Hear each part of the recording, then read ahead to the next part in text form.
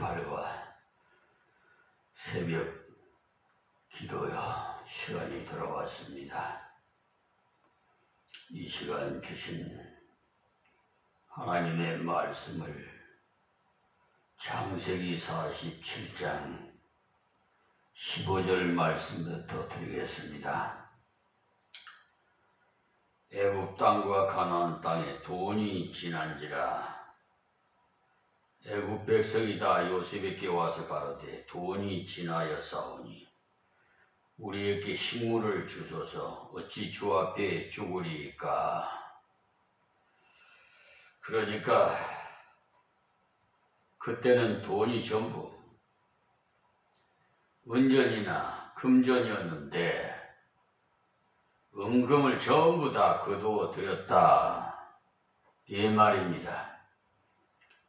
이 사람들은 데모하지 않고 간청을 했습니다. 우리가 꼭 알아야 하는 것은 자신의 처지가 좀 어려워서 위에 사람들에게 이야기할 때 간청을 해야 순리로 풀어나간다는 사실을 아세요. 이때도 애굽 사람 전체의 숫자가 대단한데 전체가 일어나서 프랜카드를 쳐들고 머리에 띠를 두르고 양식을 내놔라. 원래 우리 것이니 해보십시오. 오랜 기근으로 나라가 혼란에 빠져서 효과적으로 분배하지 못하여서 같이 망할 수밖에 없습니다. 그러나 이들은 요셉에게 주의 앞에서 어찌 죽으리까 하면서 간청을 했어요. 당신은 우리를 다스리되 사랑을 베푸는 분인 줄 알므로서 간청을 한다 이 말씀이죠. 이들이 요셉을 믿기 때문에 와서 간청을 한 것입니다. 만약에 요셉의 그 사랑과 신실성이 잊지 못했다면 곡식 창고를 약탈했을 것입니다. 미국에 무슨 사고가 벌어지니까 막 마트로 뛰어들어가서 물건을 마구잡이로 다 훔쳐가는 그런 뉴스를 봤습니다. 그렇게 되면은 온 나라가 한꺼번에 망해버려요. 어려운 일이 있을 때 제일 중요한 태도가 그것을 해결할 수 있는 분에게 간청적 태도를 취하는 것이 가장 유익합니다. 가서 겸손히 간청을 잘하면 처음에는 뻣뻣하게 나오던 사람도 마음이 누그러져서 친절을 베풀어 줍니다. 그러니 우리는 언제나 성경적인 방법을 우리의 생활에도 적응해야 합니다. 어른에게도 그래야 되고 국가에게도 그래야 되고 직업 전선에서도 위의 상사에게도 그런 태도를 취해야만이 고임을 받으면서 대접을 받을 수 있어요. 그렇지 않고 데모를 해보십시오. 주일은 주되 기회가 있을 때 잘라버려요. 그리고 요즘은 법이 또 손해배상을 청구하더라고요. 회사에서 말이에요.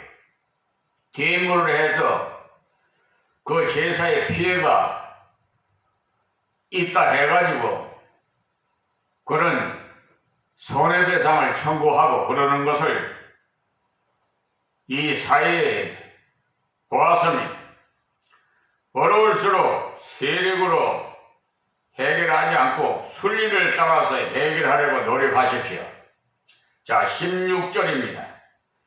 요셉이 가로되 너희 짐승을 내라. 돈이 지나였은지 내가 너희 짐승과 바꾸어 주리라. 보십시오. 어떻게 하면은 좀 가혹한 것 같습니다만 돈이 없다고 하니까 집에 있는 소나 양을 다 몰고 오라고 하니까 잘못 생각하면은 요셉을 지독한 그런 수전노로 생각하기가 쉬워요. 그렇지만 이것도 매우 합당한 처사인 것입니다. 왜냐하니 양식만 가져가 보십시오. 짐승들이 배고파 다 죽을 가능성이 많잖아요. 그때 비가 너무 안 와서 풀이 거의 없으니까 곡식으로 키워야 함으로써 곡식을 너무 적게 먹어 보십시오. 가축들이 굶어 죽고 말 것입니다. 그렇게 되면 국가적으로도 큰 손해일 뿐만 아니라 가정으로도 큰 손해가 됩니다. 그래서 짐승들도 가져오라고 했어요. 가져와서 곡식을 잘 먹여서 번성하도록 길러 놓으면 결국 애국 것이 다 됩니다. 그 때문에 여러분 주위에 큰 부자가 있어서 때로 지나친 생활을 하더라도 외국의 돈만 빼내어 가지 않거들랑 너무 험하게 보지 마십시오. 아무리 집을 크게 지었더라도 그 집을 떠서 가져가지는 않으니까 너무 배 아프게 생각하지 마라 이 말입니다. 집이 크다고 별 것은 아니에요. 집 크다고 잠이 더 잘 오는 것도 아니고, 그러니까 너무 배 아파하지 마시고 한국 땅에 있으니까 다 우리나라의 것이니까 걱정하지 마십시오. 마음을 좀 넓게 가져보세요. 요셉도 이들을 보고 짐승을 다 가져오라 하지만 그 짐승이 다 애굽에 있고 또 잘 자라도록 하겠다는 거지요. 요셉은 이런 기회에 이렇게 빈부격차를 줄이는 어느 정도 계획 경제를 하기 위해서 이런 조치를 한 것입니다. 헛된 세력을 부린 것이 아니고요. 그렇다고 해서 그들이 행악하지 않았습니다. 돈을 다 걷어드니까 이제는 짐승마저 이렇게 말하지 않았어요. 그들이 선정을 베푸는 요셉의 의중을 다 알지는 못해도 그를 신뢰했기 때문에 순순히 다 순종했어요. 다음 17절에 그들이 그 짐승을 요셉에게 끌어오는지라 요셉이 그 말과 양떼와 소떼와 나귀를 받고 그들에게 식물을 주되 곧 그 모든 짐승과 바꿔서 그 해 동안에 식물로 그들을 기르니라. 그러니까 만약에 이때 요셉이 그들이 가져온 짐승의 수요대로 곡식을 준다면 많이 가져오면 많이 주고 적게 가져오면 적게 주었지 않겠습니까? 그런데 그런 것이 아니고 그 짐승을 착취하기 위해서 가져오라 한 것도 아님을 여기서 확실히 알 수가 있잖아요. 그 짐승을 받고는 그 해 동안 식물을 다 대어 주었어요. 양 2마리 가져와도 그 해 동안 양식을 다 내주고 또 소 10마리 가져와도 그들이 쓸 양식을 다 내주고 낙이 20마리 가져와도 양식을 다 내어주고 했으니까 그 양식이 은혜의 양식이지 대가의 양식이 아닙니다. 그때는 쌀1 가마니와 소 그러니까 10마리라도 바꾸지 못할 처지였을지도 몰라요. 그들이 소나 양이나 짐승들을 요셉에게 가져왔다는 사실은 당신께 이것들을 다 맡깁니다. 이 말이에요. 그러니까 당신의 지혜와 당신의 능력과 당신의 사랑을 우리는 믿겠습니다. 이 말이지요. 그랬을 때 요셉이 그들에게 양식을 주었고 짐승도 다 길렀으니 결국 요셉에게 맡긴 것이 가장 지혜로운 방법이었구나 하는 것을 알도록 만들어 주었어요. 그러니 자꾸 요셉을 신뢰하도록 만든 거지요. 사실 인간관계에 있어서 제일 중요한 것은 신입니다. 지금 우리 한국 사람의 골치가 서로가 신뢰성을 갖지 못하는 것입니다.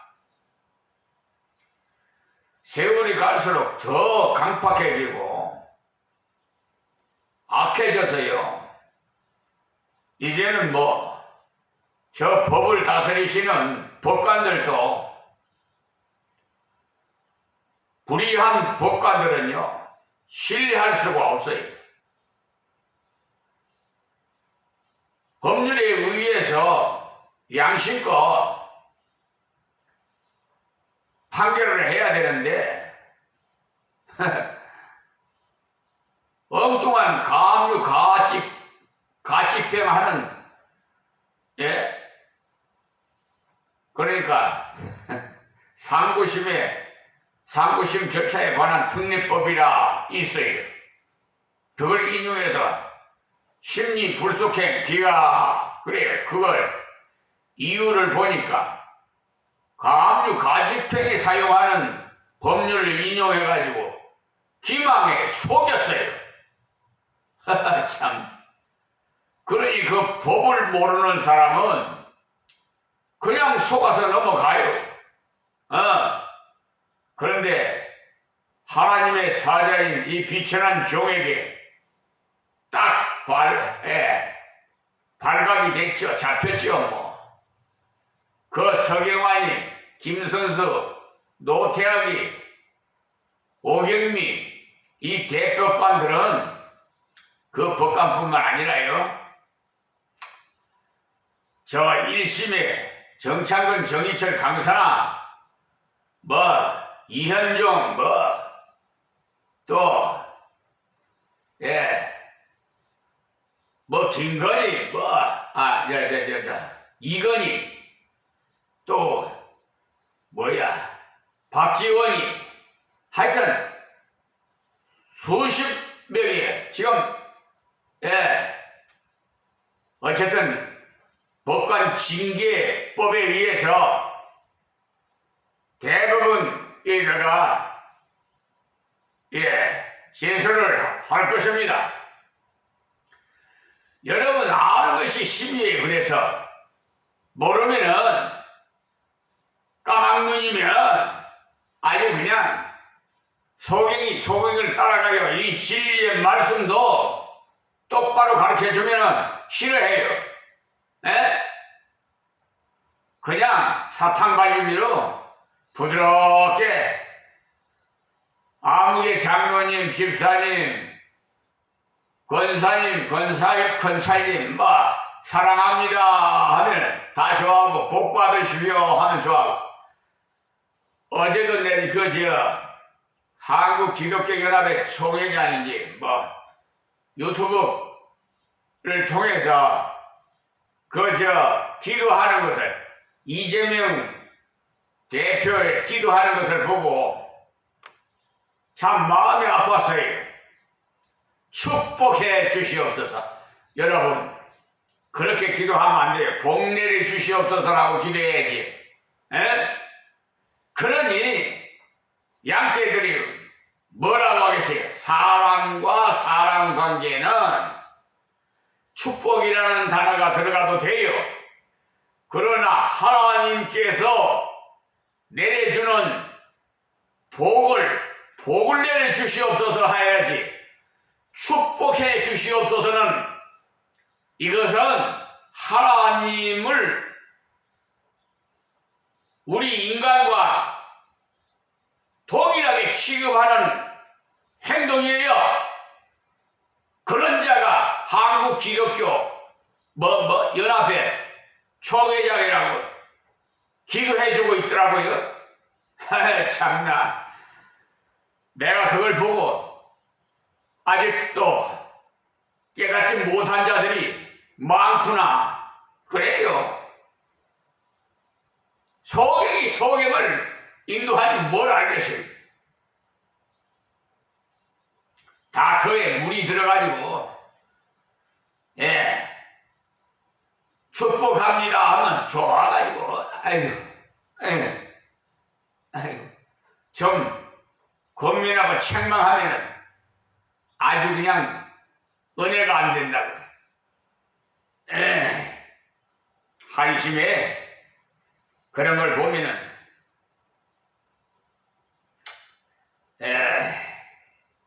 지금요 우리 한국에 이 지금 사회가 참 인격 침해를 하고요.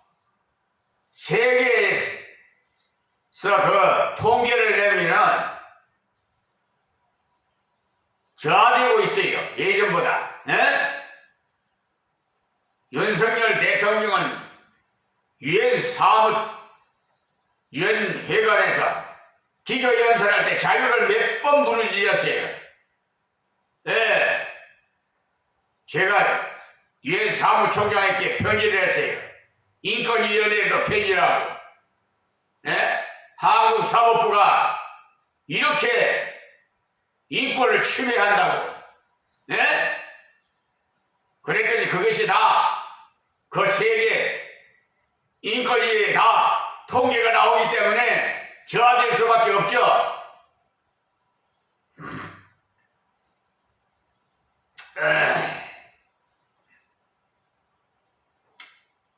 사실 인간관계에서 제일 중요한 것이 신인데 말이에요. 참기름이 진짜인지 가짜인지 무엇이나 가짜 때문에 골치 아파요. 진리도 비진리인지 진리인지도 분별도 못하고 또 안다고 하더라도 하나님의 뜻을 저버리고 자기가 우선권이 자기 생각이 하나님의 뜻이라고 빙자해서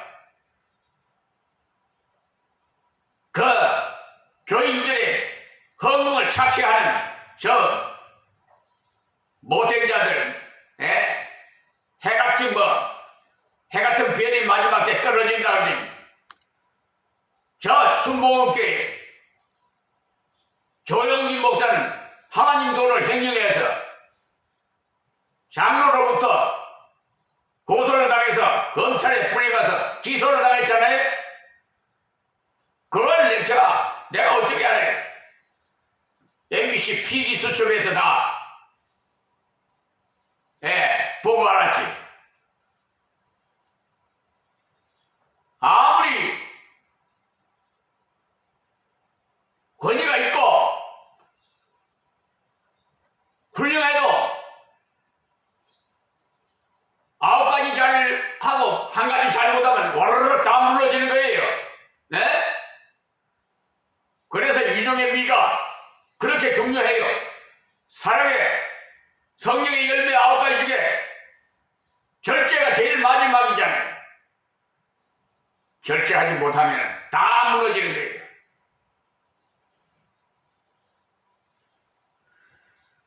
요 근자에 교회 문제로 1억 대출 문제, 상환 문제 때문에 좀 우리 존경하는 원로 목사님에게 기도를 좀 부탁을 했더니 목사님을 모시고 왔는데 하여튼 대화를 해보니까 이거는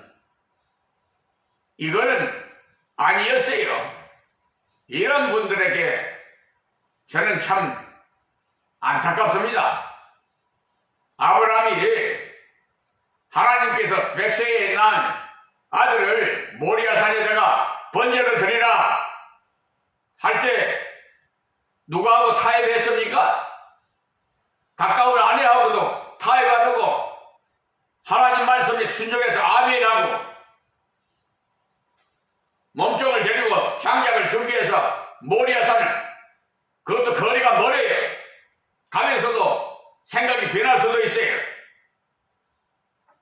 그 한 10대여섯 그 이삭을 데리고 가서 제물로 데려가는 거지. 그런 믿음을 있어야 하나님으로부터 복을 받을 수가 있어요. 심는 대로 아니 인업 대출 상환에 하나님께 헌금하면 그냥 그것이 아무 흠적도 없겠습니까?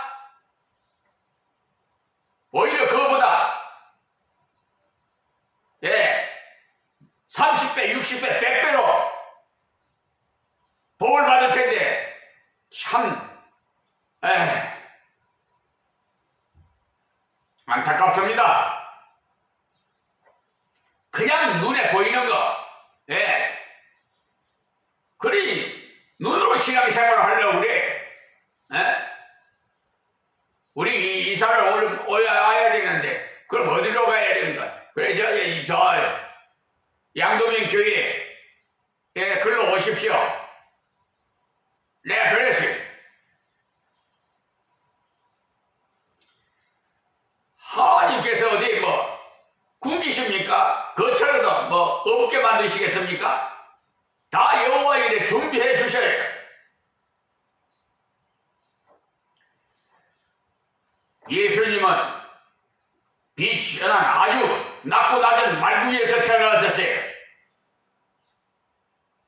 예배당이 크고 적고 그걸 원하지 않아요. 하나님은 외모를 보지 않고 중심을 봐요. 요셉은 하나님의 은혜를 받아서 나눠주려고 함으로써 요셉을 신뢰하는 것은 곧 하나님을 신뢰하는 것이에요. 지금 대부분의 그 사건을 두 건이 상습 사기 재판한 서기관이 김선수, 노태학이 오경미 그 사건 그 사건이 그러니까 경정 신고를 했어요. 그래서 지금 그러니까 대부분 판로 되어 있고 하나는 구로 되어 있어요.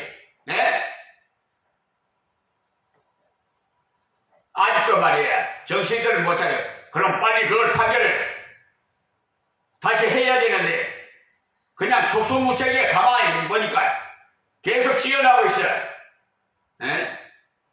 그게 뭐가 그렇게 힘들어?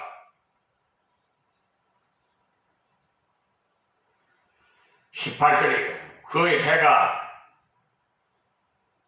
다 하고 새 해가 되매 무리가 요셉에게 와서 그에게 고하되 우리가 주께 숨기지 아니하나이다. 우리의 돈이 다하였고 우리의 짐승떼가 주께로 돌아갔사오니 주께 낼 것이 아무것도 남지 아니하고 우리의 몸과 전지뿐이니라. 그러니까 돈도 짐승도 없고 이제는 땅과 몸뿐이니 이 말이지요. 그런데 이때는 요셉이 땅 가져오고 몸 가져오라 하지 않았어요. 알아서 하라고 합니다. 그러니까 요셉의 머릿속이 얼마나 지혜로운지. 이런 중요한 것은요 자발적으로 해야 하는 것이지 강제로 했다가는 나중에 곤란하게 돼요. 그래서 그를 스스로 생각하게 했어요. 자기들이 지난 해에 짐승들을 요셉에게로 다 가져왔는데 자기들이 키우는 것보다 좋은 결과가 있다는 거예요.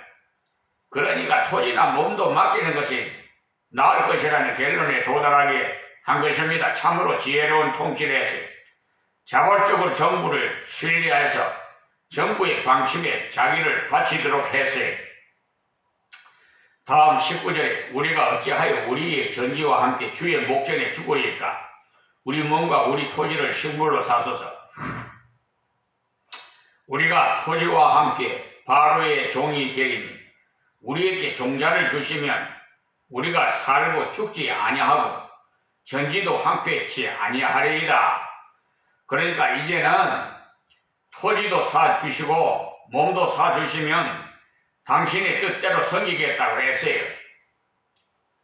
몸을 샀다는 말은 노동력을 샀다는 말인데 나가서 토지를 붙이면은 토지도 한패에 지지 않고 자기 몸들도 살겠다는 거지.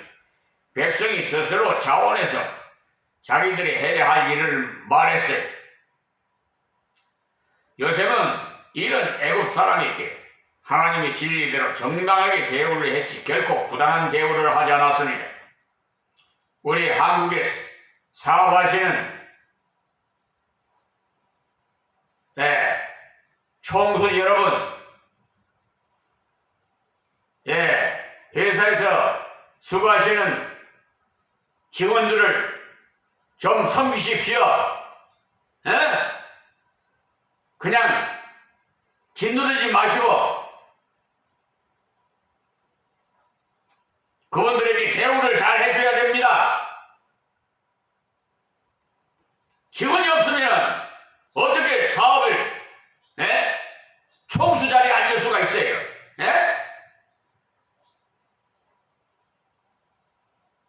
근본적인 걸 생각을 안 하고 그냥 앞에 있는 것만, 눈에 보이는 것만 좀 깊이 있게 생각하세요. 여기까지 볼 때 기근을 어디에서 나와 있기 때문에 항상 준비해야 된다는 사실을 잊어서는 안 돼요. 그리고 생명을 무엇보다도 귀중하기 때문에 생명을 위해서는 모든 것을 포기할 수밖에 없다는 거죠.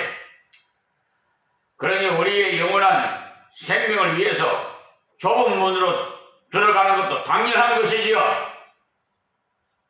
20절 말씀이 그러므로 요셉이 애국 전지를 다 사서 바로에게 드리니 보십시오. 토지를 사서 전부 바로의 것으로 만들었어요.